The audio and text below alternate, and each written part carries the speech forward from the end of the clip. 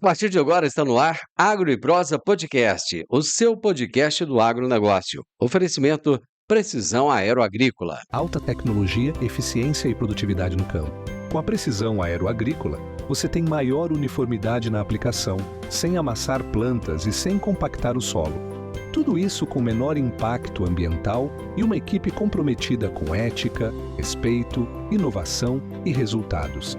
Certificação em aplicação aeroagrícola sustentável, base em Catalão e pontos de apoio em Goiás, Minas Gerais e São Paulo. Precisão Aeroagrícola, sua aplicação em boas mãos. Acesse www.precisãoaeroagrícola.com.br. Agro e Prosa, apresentação Divino Ronaldo. Hoje eu vou entrevistar o Bruno de Jesus Andrade, que é diretor de projetos do IMAC. O IMAC é o Instituto Mato Grossense da Carne. E o tema da nossa entrevista de hoje será: exportações bovinas brasileiras vão da picanha ao sebo. Bruno, seja muito bem-vindo. Muito prazer em receber você aqui. Obrigado, Divino. É um prazer estar aqui podendo falar um pouquinho do IMAC, né, e trabalho que a gente tem realizado aqui em Mato Grosso. Você está em Cuiabá? Eu fico em Cuiabá. O IMAC tem a sede aqui em Cuiabá, mas, né, os nossos projetos, os nossos programas atendem basicamente o estado todo. Cara, hoje que tem mais boi no Mato Grosso do que gente. O estado de Mato Grosso tem aproximadamente 32,5 milhões de animais. E quantos milhões de pessoas? Volta de de pessoas, a gente está falando aqui de 3,5 milhões de pessoas, basicamente. Cara, é 10 vezes mais. Exatamente. E são aproximadamente 110 mil propriedades pecuárias, propriedades que possuem pelo menos, né, uma cabeça de gado.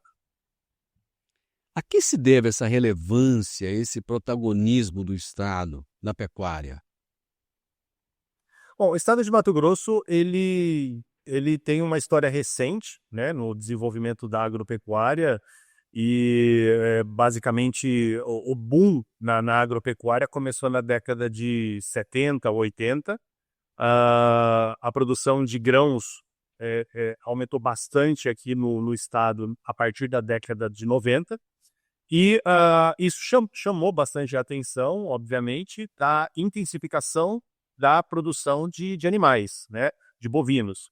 As indústrias frigoríficas, por sua vez, elas passaram a investir bastante aqui no estado, porque o estado passou a ter um volume muito grande de animais. E a partir dos anos 2000, quando a gente começou a exportar mais, né, o Brasil passou a exportar mais carne bovina para o mundo, Mato Grosso acabou ganhando uma relevância muito grande. Então, clima associado com boas áreas planas para a produção de animais, também considerando uma boa área de produção agrícola, o que dá uma grande oferta de insumos para nutrição, fez com que a gente conseguisse, né, se posicionar aí como o estado com o maior rebanho no Brasil hoje. A pecuária do Mato Grosso, ela se diferencia da pecuária do restante do Brasil de alguma forma ou não? De forma geral, não, né? A pecuária em Mato Grosso, ela basicamente é parecida com a pecuária que acontece em Goiás, com a pecuária que acontece em Tocantins, em Minas Gerais, em São Paulo. A base genética nossa é a mesma base genética de vários outros estados, é o gado Nelore, é o gado zepuíno, né?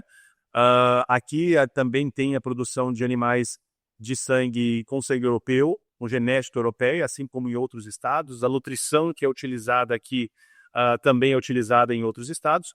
Obviamente que existe uma questão logística, né, e de custo de produção que, para a região centro-oeste como um todo, acaba sendo mais atrativo do que para outras regiões do Brasil. Mas a pecuária, ela, nos seus elementos básicos, ela é muito semelhante à que acontece aqui em Mato Grosso, do restante do país. Ô Bruno, tinha um ditado que eu ouvi antigamente que era o seguinte: do boi se aproveita tudo, menos o berro. Então tudo se aproveita, né? Eu já ouvi muito falar isso. Quando se fala em exportação de carne bovina, qual é a principal percepção equivocada do público sobre o que realmente vai para o exterior? Porque assim, a impressão que eu tenho, e eu quero até saber se eu estou errado, é que eu acho que todo mundo pensa que só vai picanha para o exterior. Mas parece que não é só, né? Não, não, não. A gente basicamente exporta todos os cortes bovinos, né? Só que cada mercado exige um produto diferente. Então, o mercado europeu, por exemplo, eles são muito focados em comprar de nós em torno de 8 a 10 cortes, né? Os cortes que nós conhecemos como cortes principais, como alcatra, coxão duro, coxão mole, patinho, contrafilé, filé mignon. Então, o mercado europeu compra alguns cortes. O mercado asiático, né, ele já compra diversos outros cortes e com uma predominância maior de cortes do dianteiro.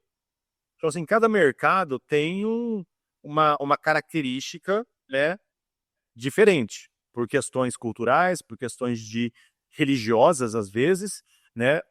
O Chile, por exemplo, ele não compra carne que tenha muita cobertura de gordura. O padrão de limpeza deles, da carne que é importada por eles, é diferente do que um americano, por exemplo, que privilegia muita gordura, né, no produto, até mesmo o brasileiro.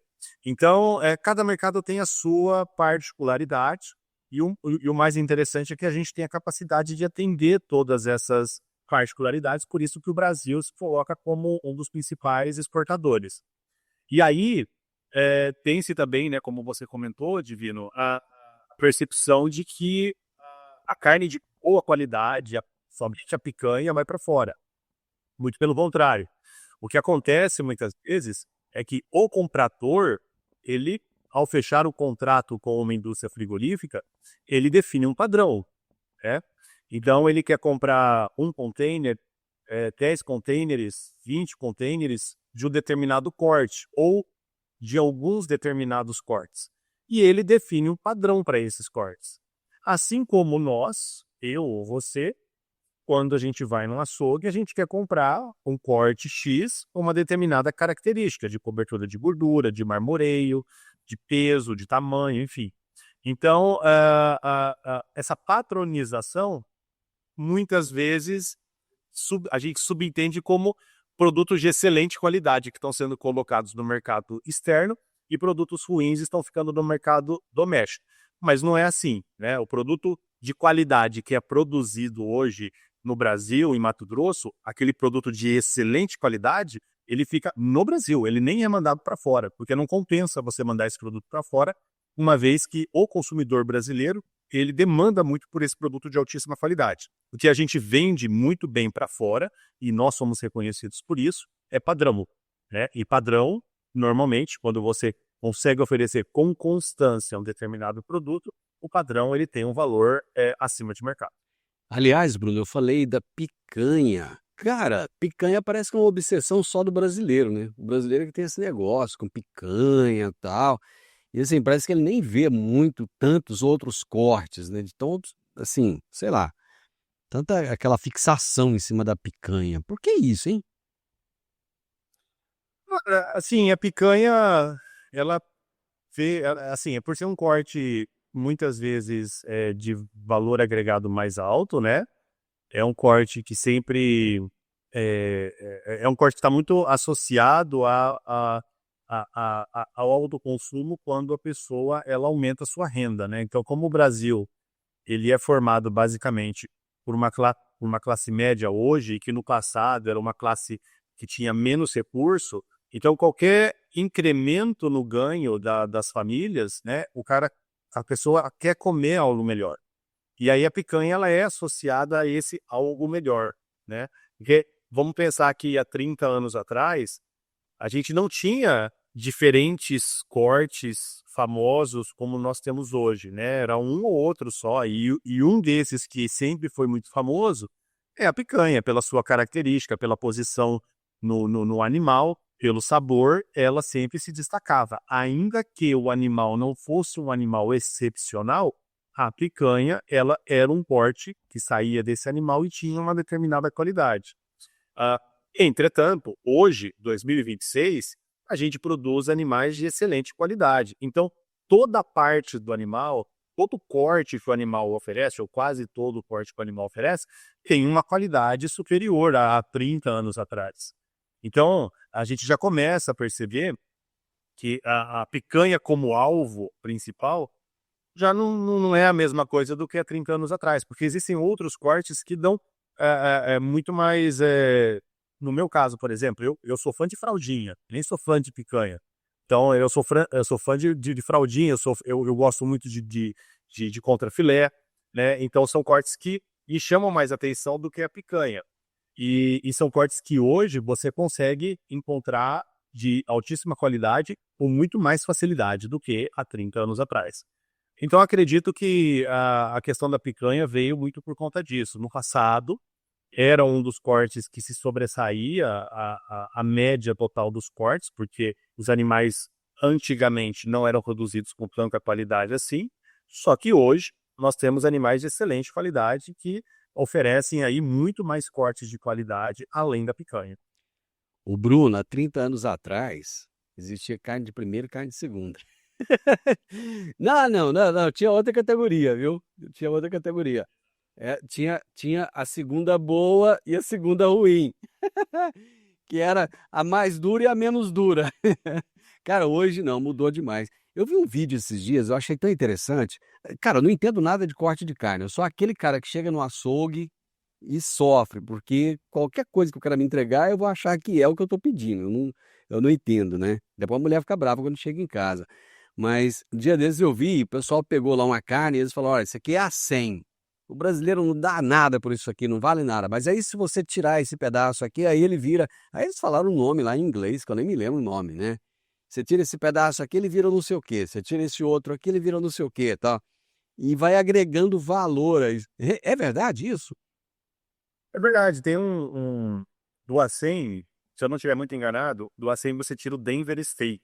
Era um negócio assim, Corte. cara. É isso mesmo. É um corte extremamente macio, mas muito macio, muito macio. Tão macio quanto um filé mignon. Só que ele traz um sabor excepcional, porque é um corte que está totalmente marmorizado com gordura, né? Então, e é um corte caro. Se você for comprar ele limpo, ele é um corte caro. Aonde que ele está? Ele está no Acém. Então, você pode comprar o Acém. Você pode retirar esse corte lá na sua casa se você quiser. Então, existem várias possibilidades hoje, né, de cortes dianteiros, short ribs. Esses dias mesmo eu comprei aqui em Cuiabá o que seria carne de pescoço, Ah, né, bovino, e assim, extremamente macio. Mas é aquilo que você comentou. No passado a gente tinha carne de primeira e carne de segunda. Hoje o que a gente tem é boi de primeira qualidade e boi de segunda qualidade. Então, boi bom vai dar carne boa, boi ruim vai dar carne ruim. Então, é isso que existe hoje. Por exemplo, outro corte que eu acho assim sensacional, que eu gosto de comer, é músculo. Então, por exemplo, ossobu, muito bom. que a gente faz em casa. É muito bom, Muito bom. entendeu? Não tem nem comparação em termos de sabor com alguns outros cortes. Então, assim, você vai pegar a maminha. Maminha, ela é um corte do traseiro. Em tese, a maminha é um corte que é para ser saboroso, macio, mas é um corte muito mais suave em relação a sabor. Quando você compara uma maminha com um ossobuco, assim, não tem nem comparação, né? Em termos de sabor, em termos de suculência. Então, mudou bastante a qualidade de produção, mudou bastante os animais, mudou bastante também a genética, né? Para você ter uma ideia, aqui em Mato Grosso, por exemplo, há 15 anos atrás, né, menos de 3% dos animais eram abatidos com até 24 meses de idade. Hoje, aqui, a gente tem mais de 1/3 dos animais sendo abatidos com até 24 meses de idade.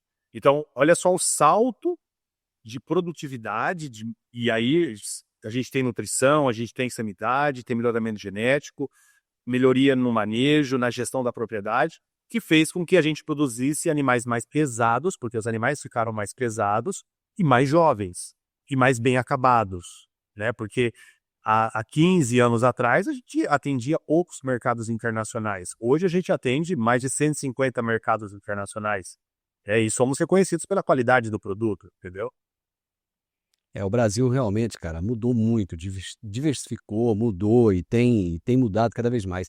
Eu participei de um churrasco aí, cara. Eu não me lembro como é que é o prédio que tem em frente ao prédio da Amarge ali, tem um órgão ali que eu não me lembro qual foi. Afamato, cara, eu participei de um churrasco ali que eu vou te falar uma coisa, viu? É daquele de deixar saudade. Bom, mas bom demais. O que que significa na prática, Bruno, esse aproveitamento integral do boi dentro da indústria frigorífica brasileira? Cara, significa maior fonte de receita, né? Porque vamos pensar que o boi, o boi aí ele vai ter, ao ser abatido, uns 550 quilos. Então, se a produção desse animal foi muito boa, esse animal aí vai ter uns 305 quilos de carcaça. O que significa gordura, músculo e osso. Só que esse osso, eventualmente, você vai ter que tirar, você não vai comer o osso. Então, de carne mesmo, carne e gordura, que é aquilo que a gente vai comer, deve ter aí, cara, 70% desse valor. 70% desse valor, de 300 e poucos quilos, a gente está falando aí de aproximadamente 210, 215 quilos de carne, né, músculo e gordura. 210, 215 quilos de um total de 550 quilos do animal que você abateu. Então, assim, somente essa parte, né, de músculo e gordura que vai virar um steak no nosso prato, a gente tem menos de 40% do animal.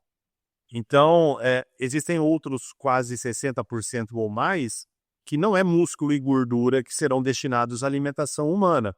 Tem também os ossos, que podem ser utilizados para a produção de farinha, o sebo, o couro desse animal, os miúdos, as fezes que estão dentro do intestino e do sistema digestivo desse animal. Então, assim, é uma quantidade de subprodutos que talvez nem vale a pena chamar de subprodutos, porque se você for pegar só o componente gordura e músculo, representa menos de 40% do animal. Então, assim, é uma enormidade de produtos e coprodutos que podem ser utilizados para diversas finalidades. E isso dá para a indústria frigorífica e, por consequência, ao produtor rural, uma maior possibilidade de rentabilidade.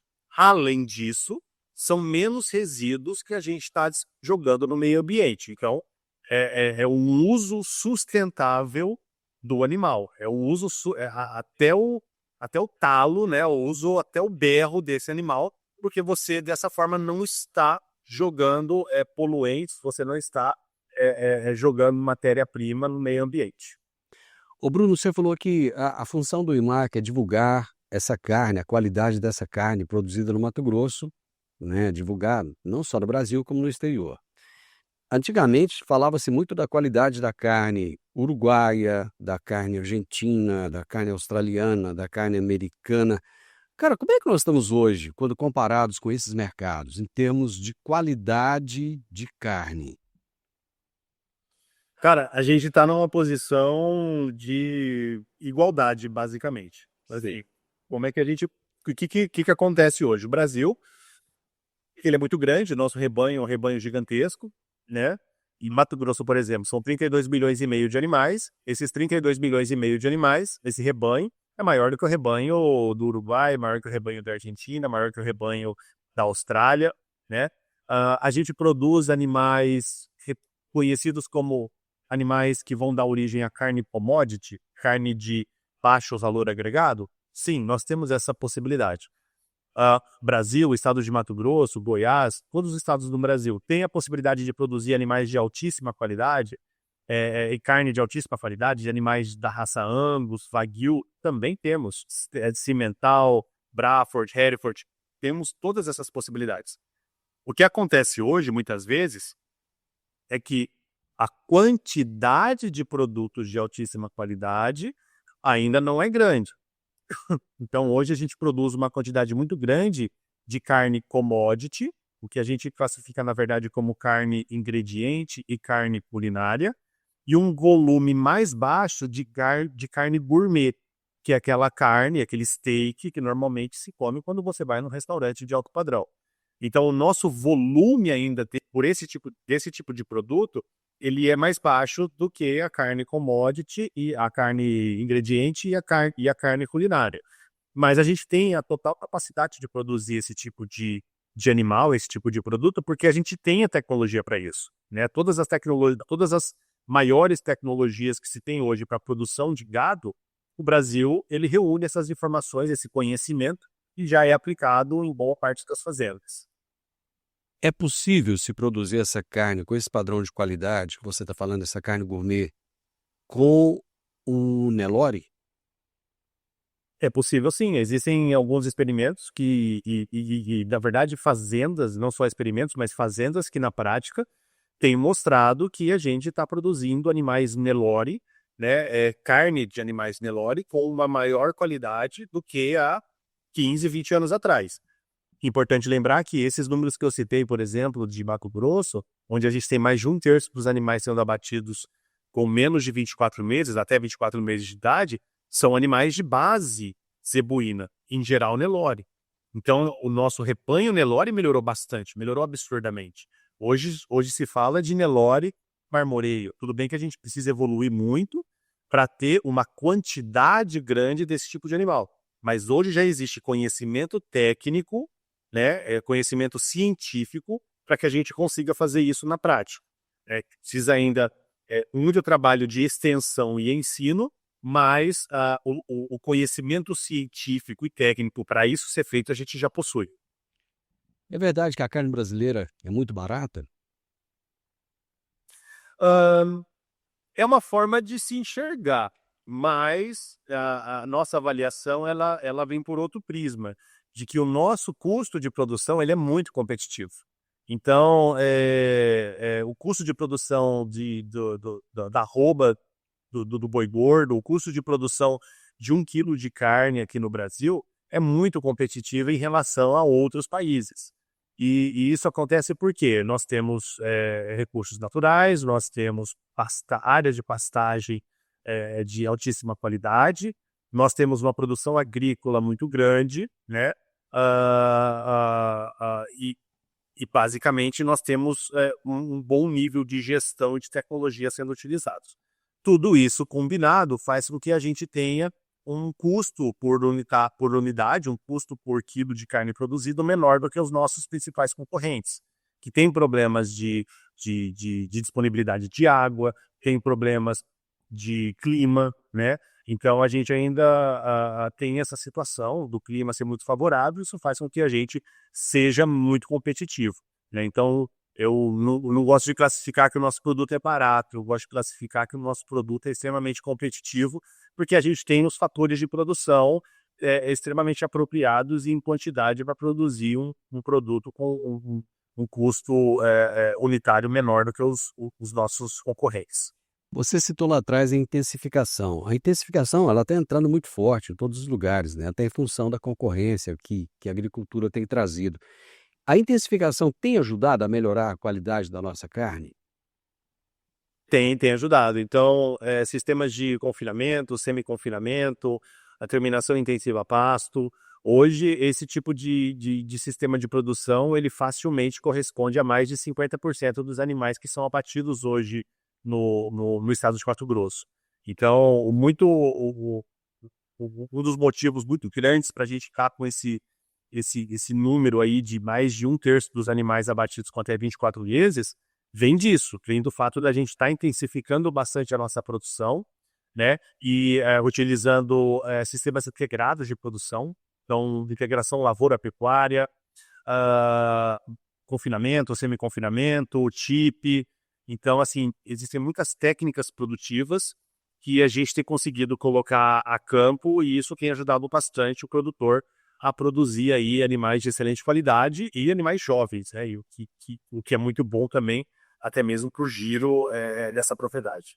Vamos falar um pouco aí dos subprodutos, voltando. O nosso couro, ele é bem famoso lá fora, não é?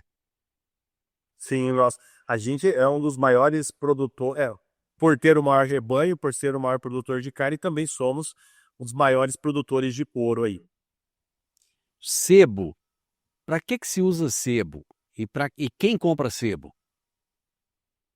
Cara, o sebo, ele é vendido basicamente para o mundo todo, né? Mas o sebo, a gente pode utilizar ele para a produção de biodiesel aqui no Brasil, né?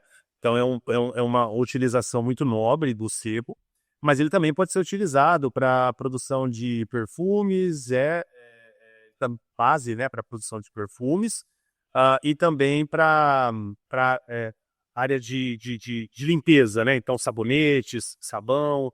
Então, são usos que se tem aí para o sebo, né? Mas o principal deles, assim, o que se tem a maior possibilidade de crescimento para os próximos anos é a produção de biodiesel. Isso no mercado interno, né? Isso, exatamente, isso no mercado interno. Tá.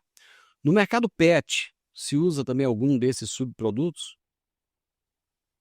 Sim, a gente utiliza bastante as farinhas, né? Então, farinha de carne, farinha de ossos, farinha de sangue. Então, esses produtos, né, que normalmente saem lá das vidraçarias, das indústrias frigoríficas, eles são palatabilizantes. Então, eles são utilizados na nutrição de animais de companhia, né? Gato, cachorro. E como esse mercado, né, como a quantidade de animais pets tem crescido bastante, né? Então, é aquilo que a gente chegou a comentar, né? Você tem questões culturais e perfis, né, de sociedade que vão se mudando, vão se moldando com o tempo. Então, hoje você tem mais famílias com menos filhos e com mais pets do que há 40, 50 anos atrás. E aí existe um mercado para esses pets, um mercado veterinário, um mercado de produtos e serviços e um mercado de nutrição, né? E hoje existem uma enormidade de rações que se utilizam de resíduos animais, né? Não somente bovino, mas também suínos, aves, peixe, enfim, para alimentação desses animais. E produtos de excelente qualidade, certificados sanitariamente, etc. e tal. E é um mercado que tem crescido cada vez mais e que a gente espera que cresça cada vez mais. Bruno, quando a gente fala de agricultura, a gente meio que fica amarrado na mão da China, né? Por exemplo, Mato Grosso aí, grande produtor de soja, e essa soja vai basicamente para a China. E no caso da pecuária, cara, nossa carne, a gente fica meio que refém da China também ou não? A gente tem outros mercados tão importantes quanto, ou talvez até mais relevantes? A China, ela é um mercado muito relevante, mas o mercado mais relevante para nós é o mercado doméstico, é o mercado interno, é o mercado brasileiro. Porque, assim, existem duas formas da gente interpretar o número. Hum, Então, por exemplo, de tudo aquilo que se produz em Mato Grosso, em torno de 35% vai para fora do Brasil. 35%. 35%, Mato Certo. Grosso. Desse total, 50% vai para a China, tá? Certo. Então, assim, a China é importante? Claro, a China é muito importante porque ela leva 50% do que a gente produz e é destinado à exportação. Quando o que é destinado à exportação, 50% vai para a China. Ok. Entretanto, quando a gente pega a produção total de Mato Grosso e pensa em todos os mercados, inclusive o interno, a China ela representa 18%, ou até um pouco menos. Isso é importante? É importante, mas quem se destaca de fato? O mercado doméstico, o mercado interno, né? Então, Mato Grosso é um estado muito grande, porém com uma população muito pequena, 3 milhões de habitantes. Para quem que Mato Grosso vende de fato? Estado de São Paulo, Rio de Janeiro, Paraná, Santa Catarina, Minas Gerais. Então, esses de fato são os nossos principais mercados. O que é o segundo principal mercado? Beleza, aí é a China, é o nosso principal segundo mercado. E aí a gente tem outros mercados interessantes também que a gente precisa explorar mais, que é o Oriente Médio, o norte da África também, que é um mercado que nos próximos anos tende a desenvolver bastante. A África como um todo, né? A África subsaariana, enfim, é uma África que vai crescer muito, os países africanos vão crescer bastante, então é um mercado que a gente pode explorar, né? E Europa, obviamente, não é um mercado que vai crescer muito, mas é um mercado que pode valorizar muito, considerando todas as exigências que esse mercado pode colocar para a nossa produção. Dependendo do mercado interno, é mais positivo ou mais negativo? Porque, por exemplo, a nossa economia não está aquela, assim, melhor das galáxias, né? Inflação alta, juro alto, muita gente vivendo de Bolsa Família, tá? Então acaba que não fica aquela maravilha toda. Como é que é essa trabalhar com o mercado interno como seu maior cliente? É, tanto o mercado interno quanto o mercado externo tem suas vantagens e desvantagens. Então, assim, o mercado externo ele é muito bom porque ele paga por qualidade, é um mercado que, se você quiser focar em alto padrão, você tem clientes, se você quer focar em produto commodity, você também vai encontrar cliente. É um mercado que compensa, que vale a pena, né? Que ele tem, né, uma bonificação elevada. Entretanto, ele tem o risco porque você está tratando com outros países que possuem seus interesses, suas agendas e que quer proteger a sua produção local. Então existem as barreiras sanitárias, as barreiras técnicas, as barreiras comerciais. E então ele é um mercado que oferece um retorno interessante, porém o risco é maior. O mercado doméstico, ele é uma venda garantida, né? Porque o consumo de carne bovina, ele está na raiz, né, de todas as famílias brasileiras. Mais ou menos todo mundo vai querer comer carne sempre. Então é um mercado garantido, digamos assim, onde a gente vai ter um risco, né, por conta de bloqueios comerciais, zero. Agora, como você citou, a gente sofre, por ser um país ainda muito instável em relação a questões macroeconômicas, a gente sofre com esses períodos de maior e menor consumo. Então, qual que é a importância de a gente ter os dois? O mercado básico é o mercado interno. E as exportações, elas são muito úteis para a gente para retirar esse excesso de produto que fica no mercado doméstico quando a gente está em alguma crise econômica, que no Brasil, né, acontece de tempos em tempos. Então a exportação ela é muito importante para dar esse gás, né, para dar essa lucratividade adicional para o setor como um todo. Mas o mercado base nosso, ele é um mercado doméstico, é um mercado de 200 milhões de habitantes, então assim, é um mercado muito importante. É um mercado onde a gente consegue colocar o produto com uma logística muito melhor, muito mais facilitada do que ter que atravessar o oceano, né? Mas a gente tem essas questões macroeconômicas, que de tempos em tempos o Brasil sempre sofre, e aí as exportações elas servem para nos auxiliar nesses momentos de crise. Cara, bacana. Parabéns aí pelo Mato Grosso, parabéns pelo trabalho do IMAC. Eu já tinha ouvido falar do trabalho de vocês, acompanho assim de longe, de certa forma, mas vocês fazem um trabalho excepcional, Bruno. Obrigado, foi um prazer conversar contigo. E sempre que tiver novidade, volte mais vezes. Vamos falar de carne aqui, é sempre um assunto bom. Não, beleza, a gente está aqui sempre à disposição, né? Nosso objetivo é fomentar a cadeia produtiva de carne aqui no estado de Mato Grosso, é fazer com que o estado de Mato Grosso venda mais carne, né, para o Brasil e para o mundo. E, obviamente, que falando bem de Mato Grosso, a gente está falando bem do Brasil e está levando essa mensagem para fora, mensagens positivas em relação à produção de proteína animal, né, proteína verdadeira, proteína que é saudável. E esse é o nosso papel, representar aqui a indústria frigorífica, o produtor, nos interesses de cada um deles, para que a gente consiga desenvolver cada vez mais a produção pecuária aqui no estado de Mato Grosso. Bacana, Bruno. Obrigado, abraço. Obrigado pelo convite. Tchau, tchau. Tchau, tchau. Conversei com Bruno de Jesus Andrade, que é diretor de projetos do IMAC, que é o Instituto Mato Grossense da Carne, um instituto que foi criado para mostrar a relevância da carne mato-grossense para o mundo. E nós falamos do seguinte tema: exportações bovinas brasileiras vão da picanha ao sebo. E é verdade, gente, só escapa o berro. O podcast Agro e Prosa tem o objetivo de falar do agronegócio de forma fácil, simples e descomplicada. Diariamente conversamos com os maiores atores do agro e abordamos os mais diversos assuntos de interesse de produtores rurais, técnicos, pesquisadores, profissionais da área e simpatizantes do agronegócio.